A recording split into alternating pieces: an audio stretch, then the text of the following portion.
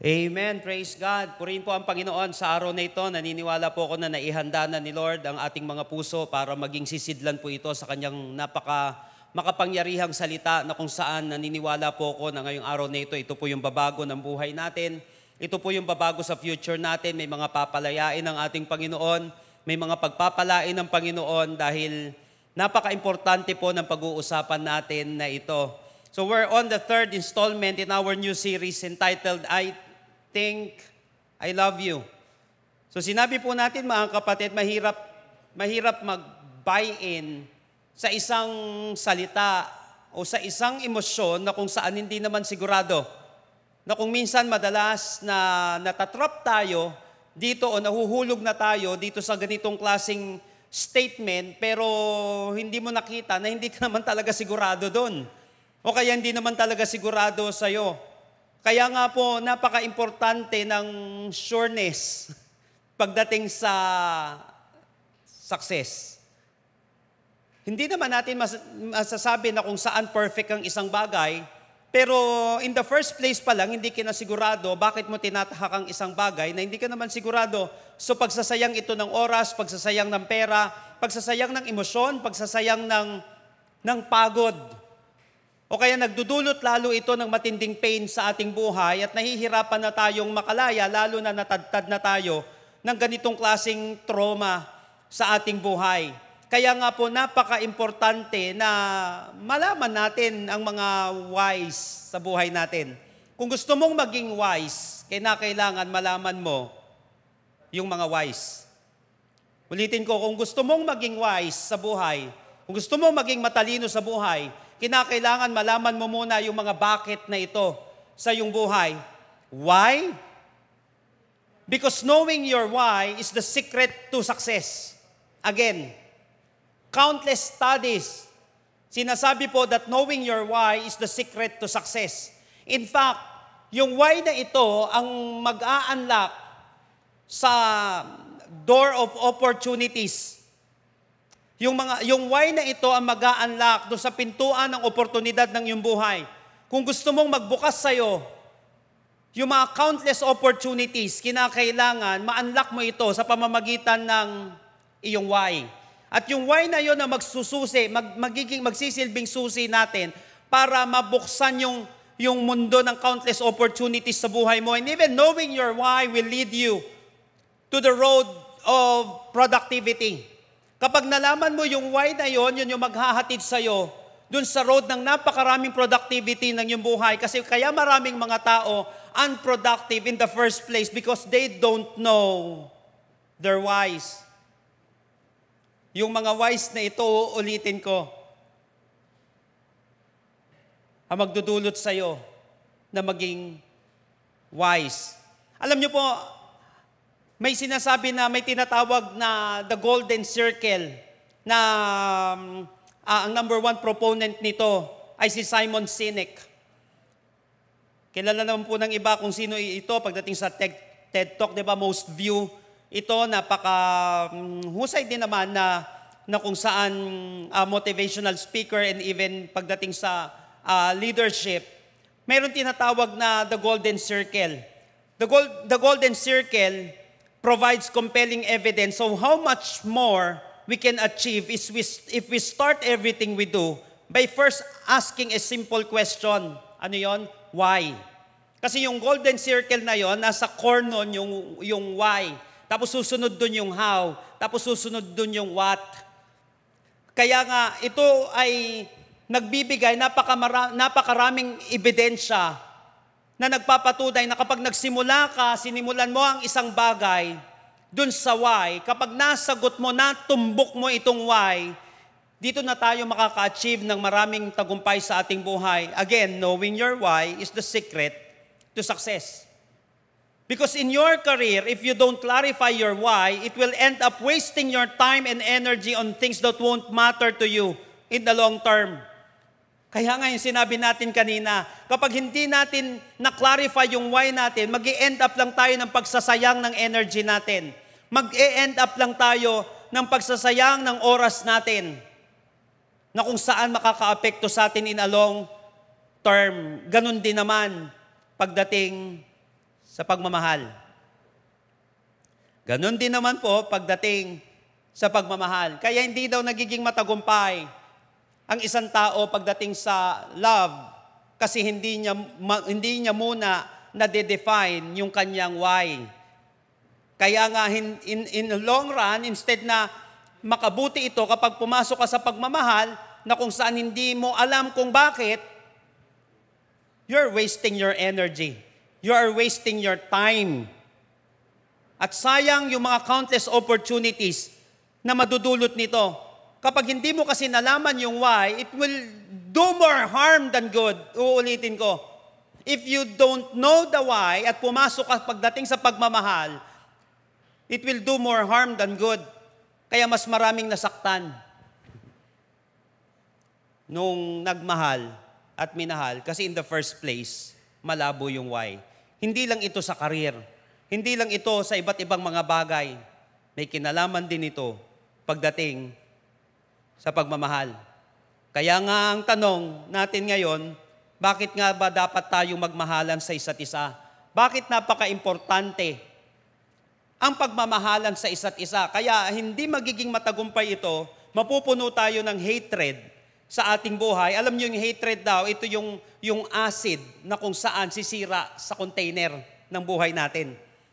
Okay? Kapag natadtad ng hatred yung buhay natin, kaya pala minsan nawawasak tayo kasi may acid ng hatred na napasok sa pusong ito na kung saan sinasabi natin, nagmahal lang naman ako kasi in the first place nga, malabo yung why natin. So kinakailangan maging wise tayo kahit pagdating sa pagmamahal.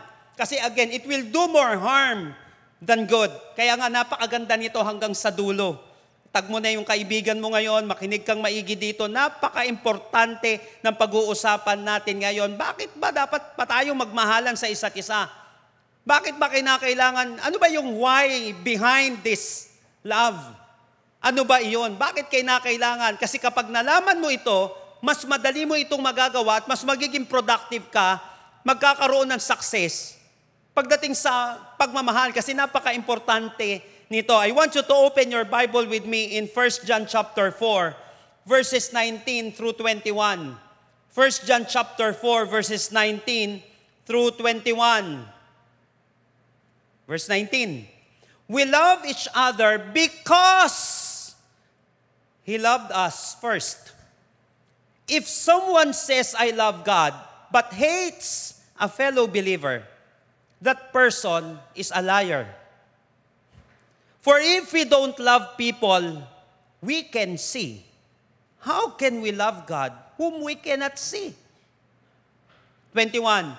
And He has given us this command, those who love God must also love their fellow believers. So join me in our message today entitled, Bakit nga ba mahal kita?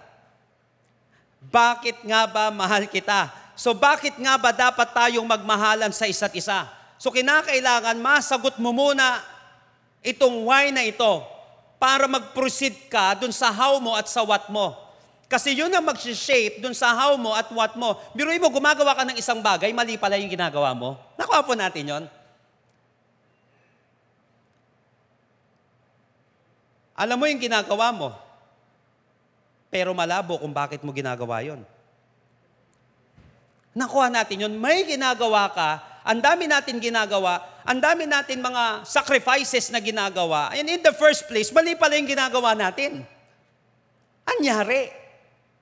Kasi nga yung core, nakalimutan natin.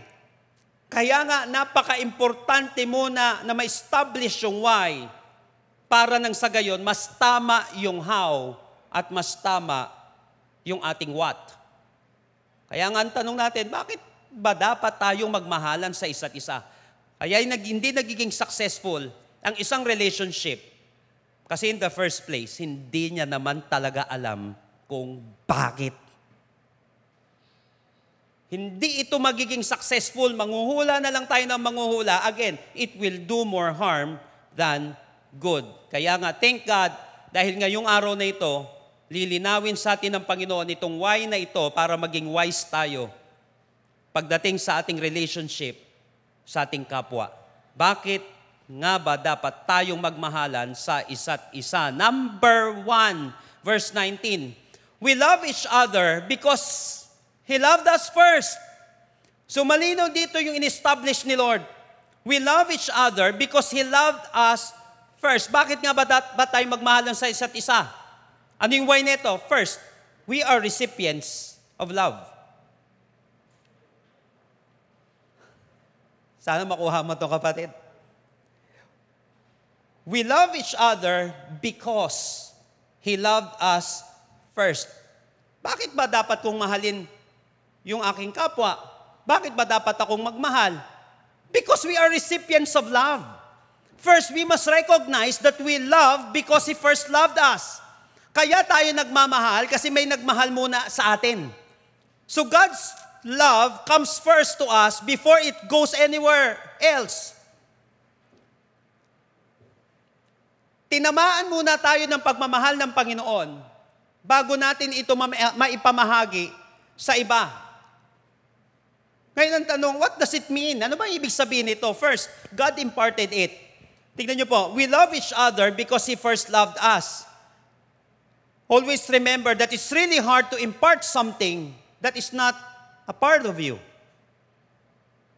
Mahirap i-impart ang isang bagay na hindi muna naging parte ng buhay natin. Kaya nga, kinakailangan si Lord muna ang mag-impart nito sa atin. Nag-impart muna si Lord ng love sa atin, kaya parte na ng buhay natin ang love. Ipinaranas muna sa atin ng Panginoon yon. Sa atin yun muna unang ipinatikim ang pagmamahal na ito. Kaya nga tayo ay recipient ng pagmamahal. Second, mga kapatid, God initiated it. Pansinin niyo po ito. We love each other because He loved us first. Si Lord ang unang nag-initiate nito. Grabe si Lord, no? Yung mahihirapan tayong gawin, siya muna ang unang gumawa. Siya muna ang unang nag-model nito para masabi natin at para malaman natin na posible pala ito. Napansin mo, mas nagagawa mo ang isang bagay kapag nakikita mo sa iba na posible sa kanila yon. Kaya nga ang bottom line, ang sasabihin mo, kung kaya nila, kaya ko rin. Kaya nga kapag may mga, bawa may startup, o kaya may mga gagawin na panibagong endeavor, o kaya kung anuman, ang isang tao, sinabi ko, kahit na ikaw ang innovator nito, kaya sabihin na natin bago ito para sa'yo, kahit paano may mga nauna na dyan nagtagumpay na halos katulad ng ginawa mo. So titignan mo, naging posible ba? Sa kanila, nagawa ba nila ito? Meron ba kahit paano na nakatuklas nito, naka-experience nito? Pag nakita mong kaya naman pala posible naman palang nagagawa ang isang bagay na ganito, di posible rin. Ganito rin sa atin. We love each other because He first loved us. We must recognize that we love because He first loved us. Again, God's love comes first to us before it goes anywhere else. Si Lord muna ang gumawa nito bago niya, ulitin ko si Lord muna ang gumawa nito bago niya ito ipagawa sa atin. That's why in Easy English Version, ito po ang sinabi, we are able to love God and love other people because God loved us first. So He first loved us. God loved us first, and His love for us opens our hearts and gives us an example of how to love others. Ito na ngayon ang nagbukas sa puso natin para makapagmahal tayo ng iba. So, kapag pala ikaw ay nagmamahal, o kaya nahihirapan ka magmahal, kahit anong usapin, pagdating sa pagmamahal, lagi mo munang iisipin that we are recipients of love. Kaya ako nagmahal kasi may nagmahal muna sa akin. Napansin mo, kaya kahit na anong trauma mangyari sa buhay mo, kahit na anong mga kabiguan na nangyari sa pamilya mo, may isip mo parang wala namang, parang hindi ko naman kaya ito. Hindi, kapatid, kaya mo kasi may nagmahal sa'yo. Napansin mo, mas madali mong magagawa ang isang bagay kapag nagawa mo na ito sa'yo. Actually, sa dulong-dulo natin, napaka-importante nito. Pero alam nyo po, ulitin ko, mas madadalian kang gawin, i-execute ang isang bagay kapag alam mo, nangyari muna ito sa'yo. Kasi mahihirapan ka mahalin yung kapwa mo kasi pwede mong sabihin, pwede ka mapuno ng hatred eh. Wala naman nagmamahal sa akin. That's a lie. Malinaw dito sa text natin na recipient muna tayo ng pagmamahal na yon. Kaya kung sasabihin natin, mahirapan ako magmahal ng pamilya ko, mahirapan ko mahalin ang magulang ko, mahirapan ko mahalin yung anak ko, kapatid, that's a lie. Malinaw dito, we love each other because He loved us first. Napansin mo, madaling magpatawad? Madaling magpatawad sa iyong kapwa kapag alam mo, pinatawad ka muna ni Lord. Kaya minsan ginagamit ko ito kapag nahihirapan na, halimbawa, tayong magpatawad ang isang tao. Hindi naman ganun kadali, lalo na nasaktan ng isang tao. Pero sasabihin ko minsan, makailang beses ka na nagkasala, tapos hingi ka ng hingi ng tawad kay Lord. Pinatawad ka ba ng Panginoon? Isang beses ka lang ba nagkasala? 2, 3, 4, 5, 10. O mahigit pa? Mahigit pa. Pero tingin mo, pinatawad ka ni Lord? Oo, di ganun din. Mas madadalian ka magpatawad kasi lalo na kung alam mo, makailang beses ka rin nagkasala sa ating Panginoon. Napansin mo, naging recipient ka muna ng forgiveness bago mo kayang ibigay ito. Kapag hindi ka recipient ng forgiveness, maybe sabihin ko, mahirap talaga yan. Hindi nyo naman naranasan yan eh. Nakuha mo yun, kapatid. Ibig sabihin, kaya mo mag-forgive kapag recipient ka ng forgiveness. At kaya mo rin magmahal kapag recipient ka ng forgiveness because we are recipients of love. First, God imparted it. Second, God initiated it. So in order to love others well, we first need to understand and experience how much God loves us. He loves us completely and unconditionally. That's why Oswald Chambers once said, the love of God is not created. It is His nature. Hindi create ang pagmamahal ng Diyos. Nature ng Diyos ang magmahal. Kaya nga sinabi, we love each other because He loved us first. Napansin mo, una pa lang, may power ako. May power akong magmahal kasi minahal muna ako ni Lord. In fact, siya ang unang nag-initiate nito. When we were yet still sinners, Christ died for us. For God so loved the world that He gave His one and only Son, that whosoever believes in Him will not perish but have everlasting life. Napansin mo, mas madadalian ka kasi alam mo, malinaw sa'yo kung bakit kinakailangan kong gawin ito. Because I am a recipient of God's love. Okay? Pangalawa, verse 20. If someone says, I love God, but hates a fellow believer, that person is a liar. For if we don't love people we can see, how can we love God whom we cannot see? Bakit nga ba dapat tayong magmahalan sa isa't isa? Pangalawa, we will be revealed by love. We will be revealed by love. What does it mean? First, love serves as a lie detector. Ang love kasi, ayan ay nagsiserve as a lie detector. Tignan niyo po yung verse 20. If someone says, I love God, but hates a fellow believer, that person is what? Is a liar. So, Apostle John here is a straight shooter. He says that the person who hates his brother or his sister while saying, I love you, Lord, I love God, is actually a liar. Sinabi po din Bible. Kasi mahirap sabihin na mahal ko si Lord, pero I hate them. Hindi. Kami lang dalawa ni Lord ang nagmamahalan. You are a liar. Sabi ni Apostle John. Love serves as a lie detector. Hindi pwedeng mahal mo si Lord, tapos hindi mo mahal yung kanyang church. Hindi mo mahal yung mga brothers and sisters mo in the Lord. Hindi, mga wala namang kasing kwenta yung tao. Tingin mo ikaw may kwenta. Nakuha natin yon. Sige na, wala tayong lahat halaga. Pero binigyan nga tayong lahat ni Lord ng halaga. Kaya nga hindi pwedeng sabihin natin na I love you, Lord, but I hate you people. Lord, ikaw lang naman ang mahal ko, but I hate your church. Kaya nga hindi pwedeng sabihin ng isang tao na mahal ko si Lord, pero hate ko yung kanyang simbahan. Ibig sabihin nito yung church, mga kapatid, ibig sabihin yung kanyang mga anak, yung mga kapatid mo sa pananampalataya. Napansin mo, napaka-straightforward dito ni Apostle John.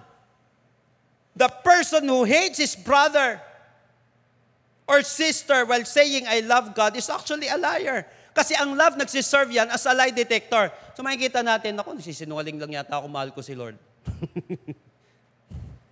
Second, love serves as an evaluator. Napansin niyo po, napaka-importante ng question. Kasi yung question na yan, nagsiserve yan para ma-evaluate tayo. Napansin mo sa Bible, sinabi ko nga, every time si Lord nagtatanong sa Bible, hindi ibig sabihin, God has a lack of information regarding that matter. Hindi. All-knowing ang Panginoon, alam niya yan. But sinabi niya, where art thou, Adam? What are you doing here, Elijah? Hindi ba alam ni Lord? Kung nasa sige, anong ginagawa ni Elijah doon? Hindi ba alam ni Lord kung saan nagtatago si Adan? It doesn't mean lack of information. But gusto ng Panginoon, magkaroon tayo ng evaluation. Kaya nga dito, tignan niyo po, verse 20b, for if we don't love people we can see, how can we love God whom we cannot see? Kung hindi mo mamahal, yung katabi mong yan na nakikita mo, paano mo sasabing mahal mo si Lord? Di mo naman siya nakikita. Nakikita mo nga eh. Hindi mo mamahal-mahal eh. Paano mo sasabihin, mahal mo si Lord? Hindi mo nga siya nakikita. Napansin niyo po yung napaka-practical na sinasabi dito ni John, if we don't love people we can see, how can we love God whom we cannot see? You know what? Some people think we can love God without loving His people. That's why John is busting that myth with this passage. Maraming mga tao, ang akala nila, pwede nilang mahalin ang Diyos, pero hindi nila mamahalin yung mga tao. Hindi nila mamahalin yung mga kapatid nila sa pananampalataya. Kaya nga, winawasak ni Apostle John itong myth na ito. Because love for God goes hand in hand with love for others, especially with our spiritual siblings. So we must remember John's point here. Remember, some forms of theology emphasize people and forget about love. Ulitin ko kapatid. Some forms of theology emphasize people and forget about love. Napansin niyo yun? May ganun na theology. Mas ini-emphasize yung pagmamahal sa tao. Napansin mo? At wala yung pagmamahal sa Diyos. Ang daming ganyan nagtuturo. While other theology highlights God and look down on others. Marami namang mga theologies ngayon, hina-highlight naman yung Diyos, pero naman walang pakialam sa ibang tao. But good theology should cause us to love God and people who are made in His image. Kaya nga, sinabi sa Living Bible, if anyone says, I love God, but keeps on hating his brother, he is a liar. For if he doesn't love his brother, who is right there in front of him, how can he love God, whom he has never seen? Ulitin ko kapatid, love serves as a lie detector. And love serves as an evaluator. So dito, may evaluate tayo. How do you know? Ngayon, how do you know if you really love God? Paano natin malalaman kung mahal natin talaga si Lord? Kasi madali nga magsabi ng I love you, di ba? Sabi ko nga, default nga yan eh. Kahit minsan di naman totoo, sasabihin mo I love you. Madaling sabihin ng isang, hindi man lahat ng politician, alam mo yun, hypocrite. May mga tunay din naman dyan. Pero marami, hindi lang naman politician, hindi lang naman kung sino-sino. Lahat ng tao, madaling sabihin yan, I love you. Ganun din sa Diyos, minsan pati kay Lord, nadamay na. I worship you, Lord. I love you, God. Tapos nun, magdodroga. Tapos nun, gagawa ng kabalbalan sa buhay. Ano sinasabi mong mahal mo si Lord? How do you know if you really love God? According to this passage, when you say you love God and share that love to others. Ulitin ko. Paano natin malalaman na talaga mahal natin si Lord? When you say you love God and share that love to others. Tignan niyo po, balik tayo sa verse 20. If anyone says, I love God, but keeps on hating his brother, he is a liar. For if he doesn't love his brother, who is right there in front of him, how can he love God whom he has never seen? Malalaman mong mahal mo talaga si Lord when you say you love God and share that love to others. So, we will be evaluated and authenticated by what we say and what we show. Ulitin ko, kapatid. We will be evaluated and authenticated by what we say and what we show. But will you say that you love me and show me that you care? Diba? So, tuloy natin. Say when I need you, you will always be there. But if you go, believe me, this I swear is true, my love will always be with you. Pag sinabi mong mahal mo ako, kinakailangan, napapakita mo rin yon. Ulitin ko, malalaman mong mahal mo talaga si Lord when you say you love God and share that love to others. Maganda yun, sasabihin mo, I love you, Lord. Pero sana, sinabi nga nung kanta, show me that you care. John chapter 13 verse 35 says, by this all people will know that you are my disciples if you love one another. Ito ang mag-i-evaluate at ito ang mag-o-authenticate kung mahal na talaga natin si Lord. At kung tayo talaga ay disipulo ni Lord.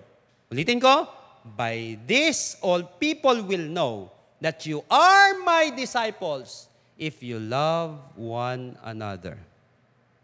So if you hate your brothers and sisters, paano mo masasabi na disciple ka ni Lord? So John's question would be, do you love others like He loved you? Hindi ko po sinasabi, mga kapatid, na hindi tayo nagkakamali. Parte ng pamilya ang conflict. But babalik tayo sa question na ito. Do you ever love like He loved? Kaya mo pa rin ba magmahal na iyong kapatid sa pananampalataya katulad ng pagmamahal sa iyo ng Panginoon? Kaya mo pa rin ba magpatawad katulad ng pagpapatawad sa iyo ng ating Panginoon? Kaya mo pa rin bang magbigay katulad ng pagbibigay sa iyo ng ating Panginoon? Remember, brothers and sisters, we will be revealed by love. Love is a revealer. I-reveal ng pagmamahal na ito yung totoong tayo. If anyone says, sabi sa Living Bible, if anyone says, I love God, but keeps on hating. At ito naman, hindi naman sinabi natin na hindi tayo nagkakatampuan. Minsan, walang conflict. Natural sa pamilya yan. Pero importante, ang ganda ng rendering nitong Living Bible pagdating dito. If anyone says, I love God, but keeps on hating. Talagang muhing-muhi. Grabe yung pagkamuhi. Keeps on hating his brother, he is a liar. For if he doesn't love his brother, who is right there in front of him, how can he love God whom he has never seen? So it's not enough to say that you love God. You must also share that love to others, especially with your brothers and sisters. Magandang magsabi na mahal ko si Lord, pero nasusundan ito ng pag-share ng pagmamahal natin sa ating kapwa. Why? Again, we will be revealed by love. Ang tindi pala ng pagmamahal, no, i-reveal nito yung tunay mong pagkatao. Kaya nga dito sa book of sa 1 John, dito sinishare yung authentic Christianity. Maniwala ka. Kung babasahin mo yung buong 1 John, makikita mo dito yung authentic Christianity. Ulitin ko, hindi tayo sasablay. Tao tayo. Kaya nga tayo tinuturuan na ito tama eh. Kasi nga nagkakamali tayo eh. Kaya lang problema, nung tinuruan ka, tinuloy-tuloy mo pa. Ay baka hindi ka talaga tunay na Christian. Bakit? Baka hindi ka naging recipient muna ng pagmamahal ni Lord, kaya hindi mo magawa yan. Di ba? Kasi nga, i-reveal tayo ng pagmamahal na yan. Love serves as a lie detector, and love serves as an evaluator. Number 3, verse 21. And He has, ito, tignan nyo maigi. And He has given us this command. Those who love God must also love their fellow believers. So bakit nga ba dapat tayong magmahalan sa isa't isa? Dito unti-unting na-establish yung why natin. Para nang sa gayon, mas tama yung how natin, mas tama yung what natin, at kayanin natin kapag dumaan tayo sa iba't ibang mga pagsubok sa buhay. Bakit dapat tayo magmahalan sa isa't isa? Dito hindi lang si Lord turo ng turo, wala yung why. Importante nga yung why para maging wise tayo At alam natin yung gagawin natin.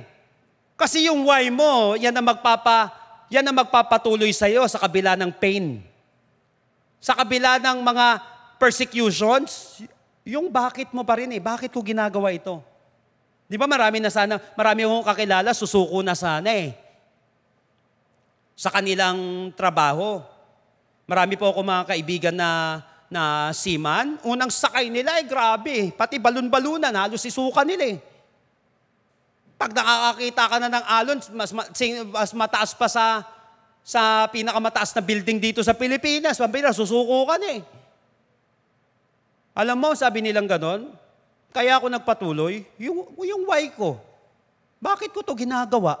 Ayun, babangon na ako, magtatrabaho na ako ulit. Napansin mo yung kapangyarihan ng why?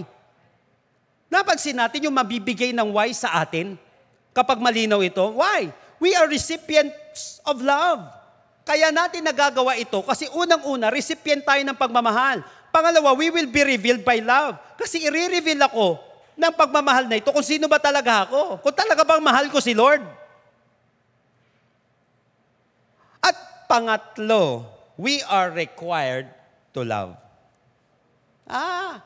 Kahit na ayaw mo, ni-require ka. Kasi mo, kaya nga laging tinuturo pagdating sa Great Commission, ang dami nagsasabi, hindi kasi kami into discipleship hindi ka ba Christian? Kapag kung saan parokya ka nabibilang, pwede yan, wag mo nang sundin yung sinabi ni Lord. But the mere fact na inutos ito ng head of the church, na may-ari ng church na kung saan nabibilang ka, all you have to do is to obey. Hindi kailangan ng excuses dyan. Kailangan dyan ng execution. Kasi requirements So pagdating dito, and He has given us this command. Those who love God must also love their fellow believers. Napansin mo kahit ayaw mong huminto minsan, kahit kulay pula na, yung sa traffic light, di ba? Wala naman tao Wala namang sasakyan masyado Gusto mong ituloy? Ba't hindi mo tinutuloy? Kasi command yun na huminto. Napansin mo, nakakatulong sa'yo yung why mo? Bakit ako hinto? Sangayon sa batas yun, hinto ka, mahuhuli ka kapag hindi ka huminto Nakapansin mo? Mas madadalian kang i-apply ang pagmamahal kapag alam mo na requirement ito. In fact, kung babalik ka, ang tawag dyan ay Great Commandment. Love God, love people. You have no choice but to choose to love. Walang choice. So the truth is, our brothers may not deserve it. Nakinig ka maigi dito, kapatid.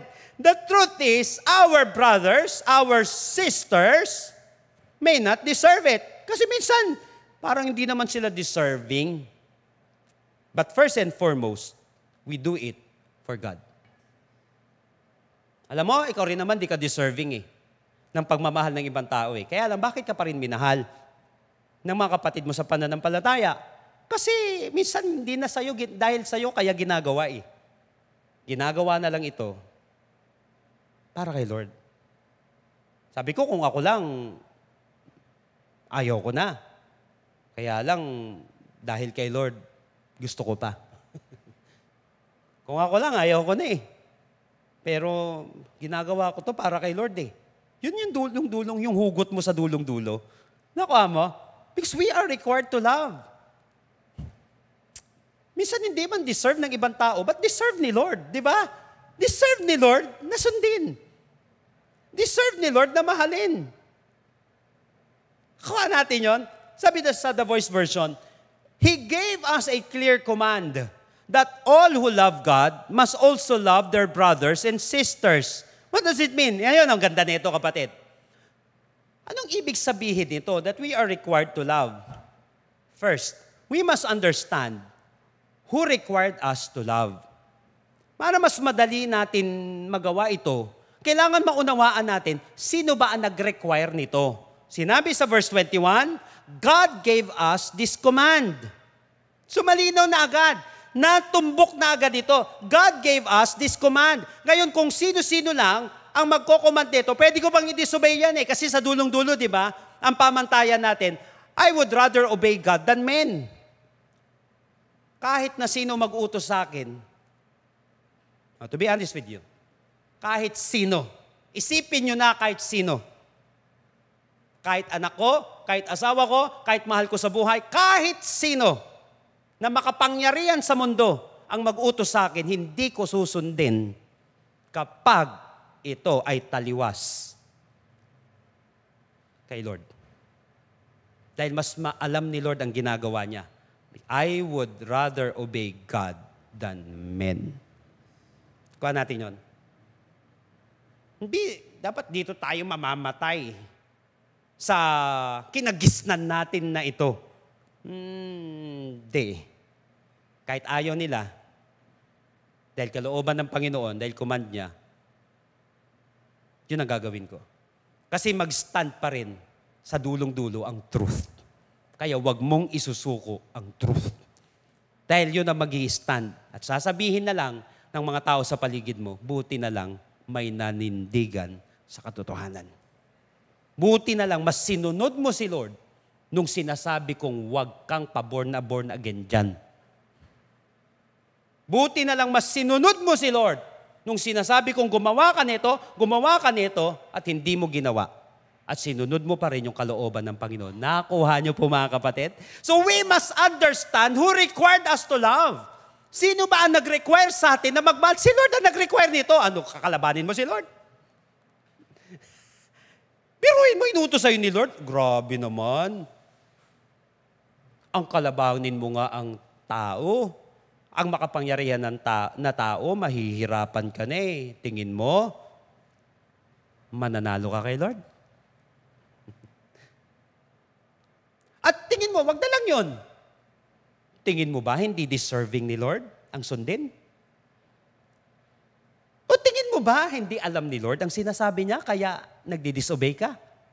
Akamoy ka kapatid, kapag malinaw sa'yo na mas matalino si Lord, mas mapagmahal si Lord, mas alam niya ang ginagawa niya, mas madadalian kang sumunod kung malinaw sa'yo yon na mas alam ni Lord ang sinasabi niya at ginagawa niya. Napansin niyo po, mas madaling sumunod, mas madaling mag-comply sa isang requirement pag alam mo, higit sa lahat, si Lord ang nag-require nito dahil alam niya ang kanyang ginagawa. First, we must understand who required us to love. Kaya nga, this is not a request. This is a command from God. Second, eto na. We must understand who is required to love. Kailangan maunawaan natin sino ang nag-require na magmahal.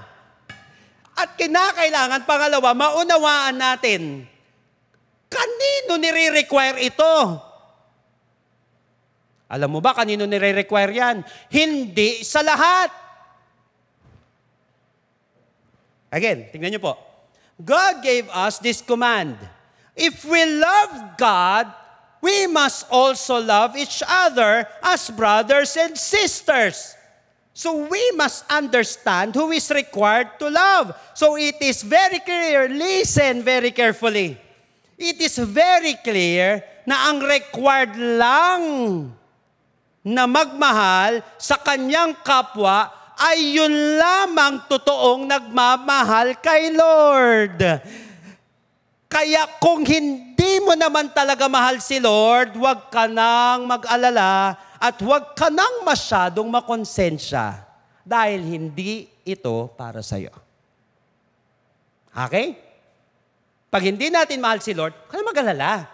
Hindi naman sa lahat para ito eh. Okay, huwag isipin yun. Kasi para lang ito sa nagmamahal kay Lord. Nakuha natin mga kapatid? Ngayon, kung hindi mo naman mahal si Lord, hindi para sa iyo to. Ka naman konsensya.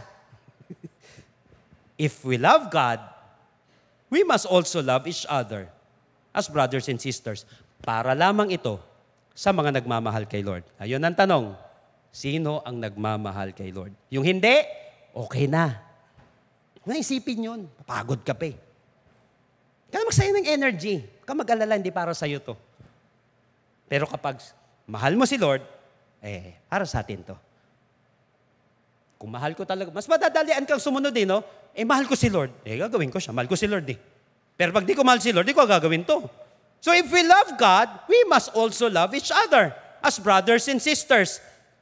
Nakuha po natin mga kapatid, kung hindi mo naman mahal si Lord, huwag kang mag-alala, huwag kang masyadong makukonsensya dahil hindi para sa iyo ito. This is what it means to be an authentic Christian.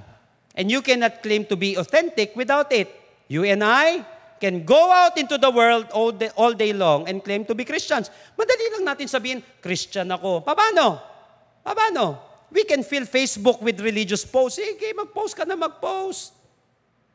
We can cover our car with Christian symbols lahat. Tatarin mo ng krus, tatarin mo ng iktus, yung isda, kahit padilis, o papirana, o patilapia.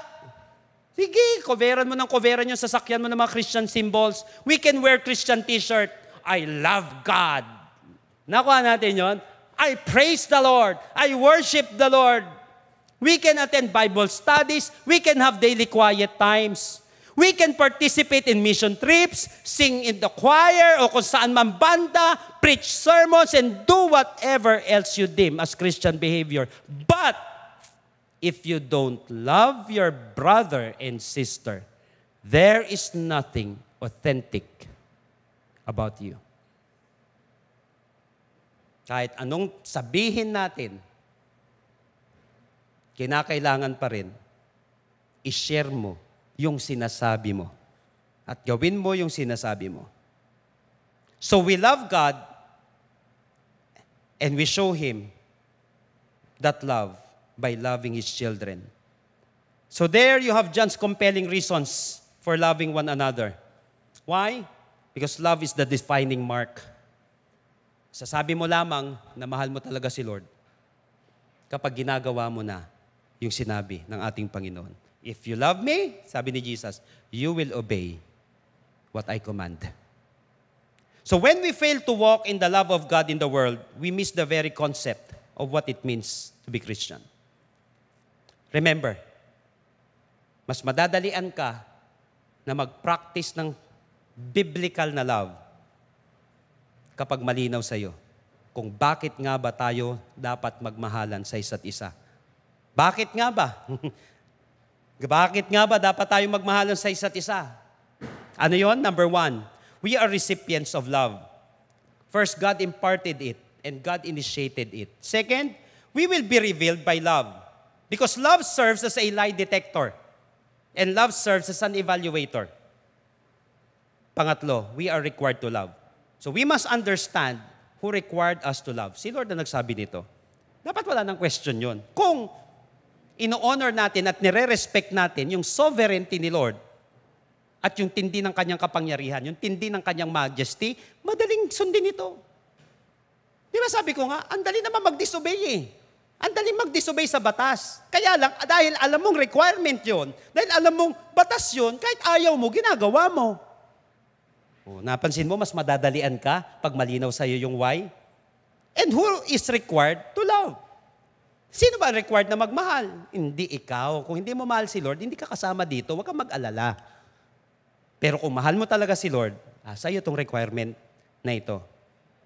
Always remember that pride is the enemy of love. So let me close up this passage by simply encouraging you. Maghanap ka ng isang oportunidad na mai apply mo yung pagmamahal na ito sa iyong paligid. Go love Christ this week in a real and practical way. Ulitin ko, kapatid. Kasi mas maganda, ulitin ko, hindi lang natin siya napakinggan, mas powerful ito pag nagawa mo na. At ang sarap sa pakiramdam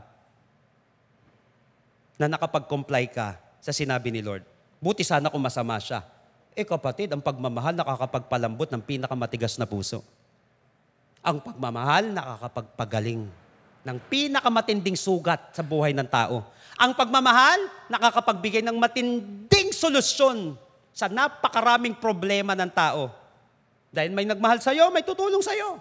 Dahil may nagmahal sa'yo, gumagaan ang kalooban mo. Napansin mo kung gagawin mo yan sa isang tao. So maghanap ka ng kapamaraanan sa praktikal na bagay, kapatid, kung paano mo ito ma-apply ngayong araw na ito. May gusto lang ako pakita sa inyo. Matthew 25, verse 40. And the king will say, I tell you the truth. When you did it to one of the least of these my brothers and sisters, you were doing it to me. Kapag ginawa mo ito sa pinaka-least ng mga brothers and sisters, you were doing it to me. Ako, may kapatid?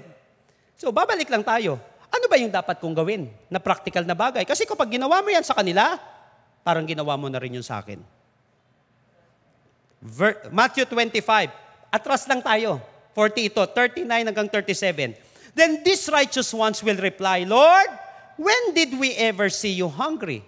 Ganyan mo yan, hungry, and feed you. Or thirsty, and give you something to drink.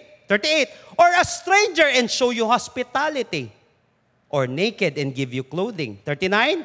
When did we ever see you sick, or in prison, and visit you? Doon na nag-fall yung verse 40. And the king will say, I tell you the truth, when you did it to one of the least of these, my brothers and sisters, you were doing it to me.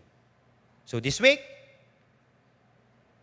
sa buong buwan na ito, o sa buong taon na ito, feed someone. Pakainin mo yung isang tao. Di ko alam kung yung katabi mo yan. O sino man na makakasalubong mo na alam mong kailangan ng pagkain. Kapatid, basic natin.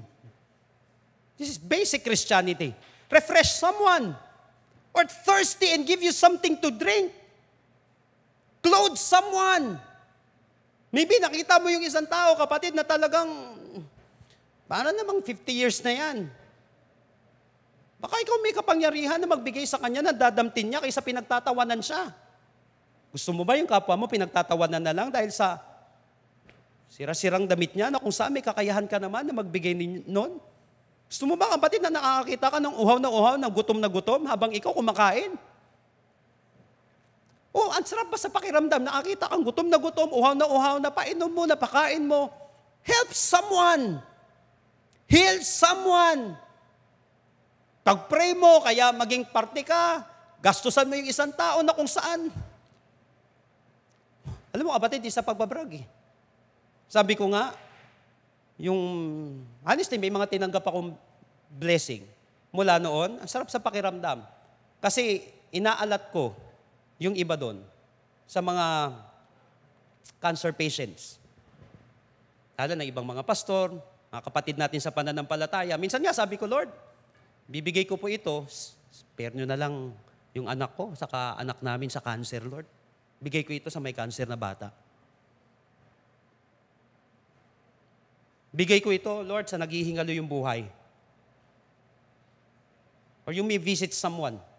When did we ever see you sick or in prison and visit you? Baka dyan may naglulong na sa kulungan na kung saan walang pamilya. Kaya may karamdaman. Kaya may mga taong nangangailangan ng someone. And the king will say, I tell you the truth, when you did it to one of the least of these my brothers and sisters, you were doing it to me. Naalala mo yung kanta? Ano man ang iyong ginagawa sa iyong kapatid, ay siya ring ginagawa mo sa akin. Matthew 25:40. Ano yung ginagawa mo sa kapatid mo? Yun ang ginagawa mo sa akin. Gusto mo mapakita yung pagmamahal mo kay Lord? Gawin mo yun sa kapatid mo. Gawin mo yun sa sinasabi mong brother or sister in Christ. I will end with this, kapatid. Napaka-crucial nito. balik tayo dun sa una. 1 John chapter 4 verse 19. Tingnan niyo po. We love each other kasi mahihirapan ka. Kahit anong turo natin, kung punong-puno ng pain, ng hurt yung pusong yan, hindi mo gagawin yan. Maniwala ka, kahit anong konsensya ang gawin sa tao. Kahit na anong pukpok mo sa tao, hindi niya magagawa yan. Maniwala ka, ang dami ng ganyan tao. Ayaw ko man husgahan. Pero mga kapatid, may something sa taong yon, kaya hirap na hirap siyang gawin yon. At sana may makalaya dito, kapatid.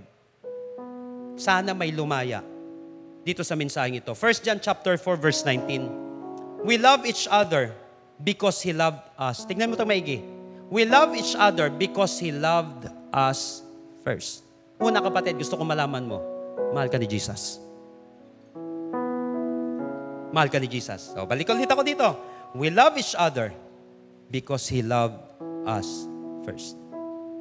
According to Fisher Institute, in an article entitled, What's the Psychology Behind First Love? O, balik mo na ako ulit. We love each other because He loved us first. He first loved us. Tandaan niyo yun, kapatid, ha? First love. According to Fisher Institute, in an article entitled, What's the Psychology Behind First Love? Unraveling the Mystery. Sinabi doon, first love creates a lasting imprint on the brain sensory region. Yung first love daw na yan sa isang tao, yan ang nagkikreate ng lasting imprint sa utak ng tao. Sa sensory region ng utak ng isang tao. Because they said that first love is the first dose of addiction. Ibig sabihin yan, mahirap makalimutan kapag ikaw ay napuruhan sa first love mo. Maniwala daw, nag-i-imprint yan sa sensory region ng brain natin. Naiiwan yan kahit na habang buhay. Kahit saan ka pumasok na relasyon, kahit saan ka pumunta. Napansin ko nun, akala ko dati, kinikamay dito, pag nagpastor ako, kaya ko nang mag-forgive, kaya ko nang magawa ito. But I found myself, nagpapastor na ako, muhing-muhi pa rin ako sa tatay ko. Pwede pala na, mahal kayo ni Lord. But I hate my father. Pwede pala yun, no? Christian na ako, pero ang dami ko pa rin kinamumuhian. Yung galit ko, nandoon pa rin. Kasi yung mga unang-unang minahal ko, yung mga unang-unang pinagkatiwalaan ko, sila yung nag-break ng puso ko. Away sila, away kami, naghiwalay sila. Napansin mo yung mga first na yan? Nag-iiwan yan ng mga kapatid. It creates a lasting imprint on the brain sensory region. Mahirap makalimutan kapag napuruhan ka dito sa first love na ito. Ano ibig kong sabihin? Kaya nga, kapatid, makinig ka maigi dito, kapag ikaw ay na-trauma, isipin mo lagi na hindi sila, makinig ka maigi, kapatid, na hindi sila o sino man sa mundong ito ang first love mo. Nasaktan man ako ng mga taong ito na pwedeng mag-live sa akin, kapatid, ng trauma habang buhay. Sa puso ko, sa isip ko, sinasabi dito, mga kapatid, at dapat paniwalaan natin na hindi sila, hindi sino man sa mundong ito ang first love natin. Si Jesus ang tunay na first love mo dahil siya ang unang nagmahal sa'yo. Kaya kapag hindi ako nakalaya sa traumang nangyari sa akin dati o sa ibang tao, iisipin ko, ay, hindi pala sila ang tunay na first love ko. Dahil si Jesus ang unang nagmahal sa akin. Sa pamamagitan nito, kapatid, makakalaya ka. Dahil alam mo na si Jesus ang tunay na first love mo. Paul Washer once said, tingnan mo ito, maigi, kapatid. I have given God countless reasons not to love me. None of them has been strong enough to change Him. I have given God countless reasons to love me. None of them has been strong enough to change him. Akala ko, nang dahil dito, hindi na ako mahal ni Lord. Akala ko hindi na siya concerned sa akin. Pero pag naintindihan mo, na kung meron mang unang concern sa'yo, na kung meron mang hindi mang iiwan sa'yo, na kung meron mang unang mag-i-initiate na mahalin ka, si Lord yun, kapatid. Si Lord.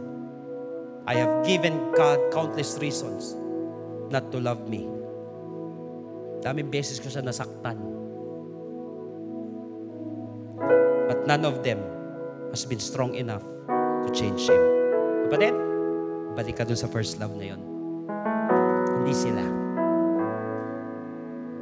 Hindi sila perfect eh. Balik ka sa first love na yun. We love each other. Bakit? Because He first loved us. Si Lord ang unang nagmahal sa'yo. Kahit na nung ikaw ay makasalanan, hindi ka mo deserving, nag-initiate na siya na mahalin ka. Nagawa niya nga nung una eh. Ngayon pa kaya? I want you to close your eyes right now. Sa mga nagkaroon ng trauma, dito nahihirapan ka na magmahal. Isa nga, pati sarili mo, hindi mo na mapatawad. Hindi ka makalaya. Bakit ganito nangyayari sa buhay ko?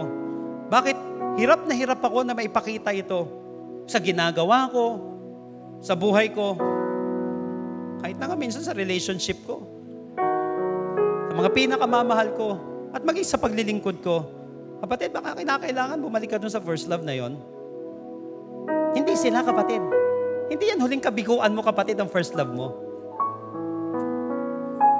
Hindi mga nanakit sa'yo ang tunay na first love mo.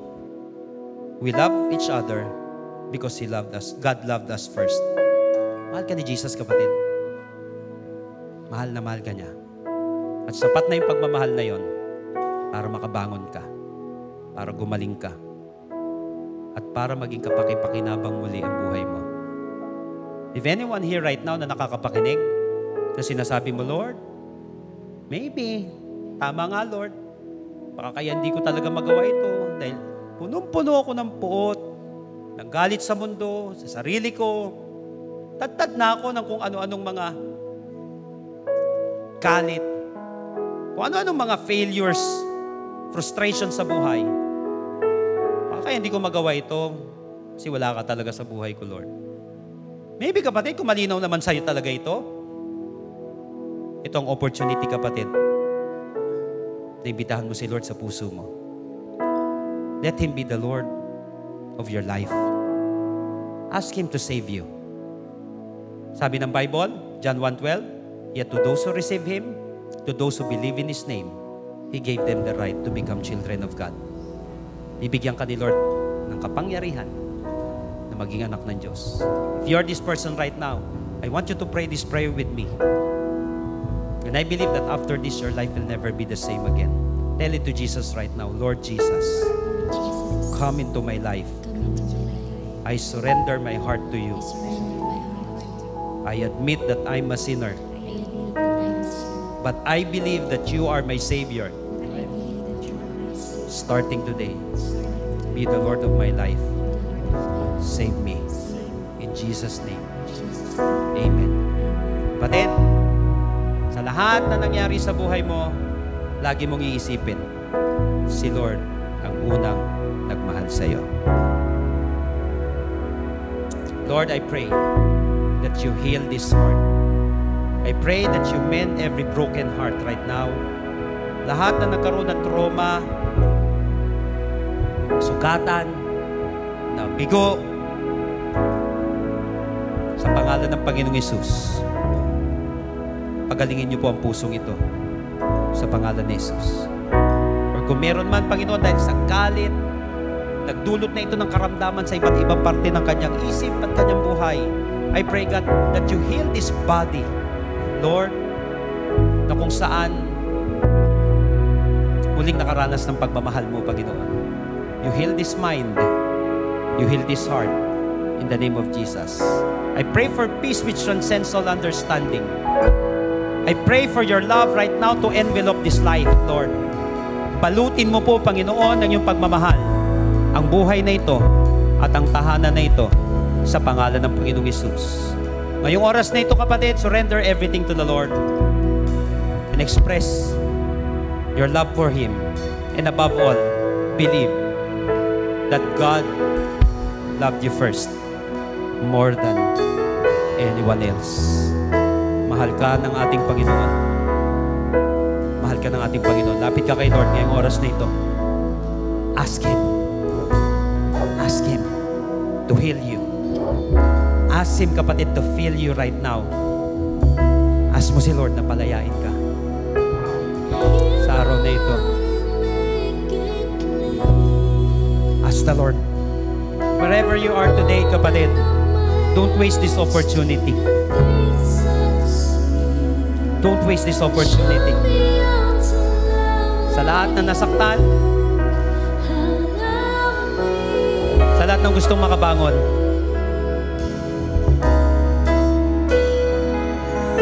sa lahat ng gustong makabalik,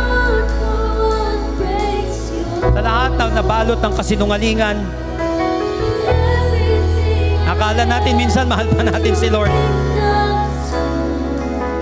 Yung pala binabalot na tayo ng kasinungalingan dahil dyan sa galit na yan. Dahil sa pagkamuhi na yan, kinulong na tayo. Ibalik mo po, Panginoon, ang pagmamahal sa bawat isa. Winawasak namin ang kasinungalingan na nagsasabi hindi namin kaya. Winawasak namin ang kasinungalingan na mauulit lamang yung ginawa sa amin, na pananakit ng iba, na mauulit lamang yung hindi magandang nangyari sa aming pamilya o sa aming buhay. Lord, we renounce these lies that ruins our hearts, these lies that ruin our mind. Heal us, O God. Cleanse us, Lord. Fill us, God, with your love today. In the name of Jesus, take away this trauma, Lord. I-heal mo po, Panginoon, yung bawat isa sa mga trauma na bumalot sa amin, Lord. Kaya nagkakaganito kami, Panginoon. Palayain mo po at pagalingin ang bawat isa sa pangalan ng Panginoong Hesus. Oh, Jesus. Oh, Lord.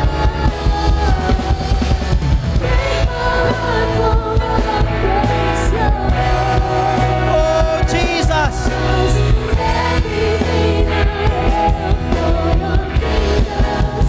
Come on, just come to Jesus right now. Ask Him. Lapit ka kay Jesus. Let God break your frozen heart right now. Hayaan mo, kapatid, na buuin muli ni Lord yung pusong yan. Oh Lord, makita ka sa aming buhay, Panginoon. Oh Lord. Oh God, come on, declare it.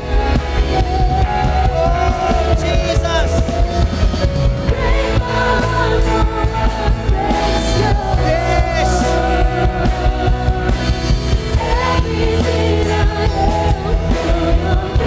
Yes, oh God.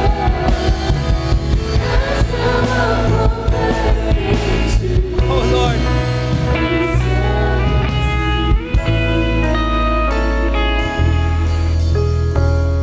Lord, palayain niyo po kami, Panginoon, sa mga bagay, Lord, na nakasanayan na namin. Sanay na kaming mamuhi. Sanay na kami sa kulungan ng kahapon. Nasanay na kami, Lord, sa kalakaran na hindi maganda na nangyari sa aming pamilya o ginawa sa amin ng iba. Na kung saan ngayon, Lord, bumabalot sa amin at ginagawa na rin namin, Panginoon, sa aming sarili at sa iba. Salamat na lang, Panginoon. Dahil akala namin, Lord, ito na magdi-define sa buhay namin. Yung mga unang mga matitinding failures namin, Lord. But thank you, God, for reminding us na hindi sila at at hindi kung sino man ang tunay na first love namin, Lord. You are our first love, O God. We love each other. Kaya naming magmahal. Kaya naming magbago. At kaya naming bumangon because you've loved us first. Muli ka maghari, Panginoon, itong pagmamahal na ito sa aming puso't isipan. At Lord, naniniwala kami, Panginoon, itong why na ito ang mag-o-open, mag-a-unlock ng door of opportunities, Lord, sa bawat isa. At maghahatid sa amin sa journey namin, Lord, ng productivity at tagumpay. Salamat, Panginoon, dahil may pinalaya ka, may pinagaling ka, may inayos ka, Panginoon, ngayong araw na ito. At ngayong oras na ito, kapatid, hayaan mong selyuhan natin ang lahat ng natanggap mo ngayong araw na ito na kung saan hindi mananakaw ng kaaway. Hilig yan ng kaaway, kapatid, na every seed na itatanim gusto niyang kunin. Parang doon sa parable of the sower.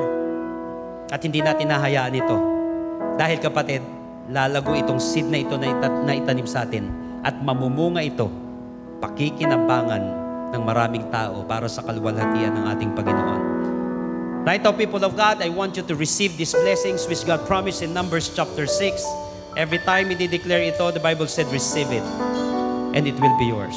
Right now, people of God, may the Lord bless you and take care of you. I receive. May the Lord be kind and gracious to you. I receive. May the Lord look on you with favor and give you peace. I receive. Lord, we receive all of these blessings in Jesus' name. And everybody shout aloud, Amen and Amen. God bless you all. Jesus loves you so much. God bless you, Vision family.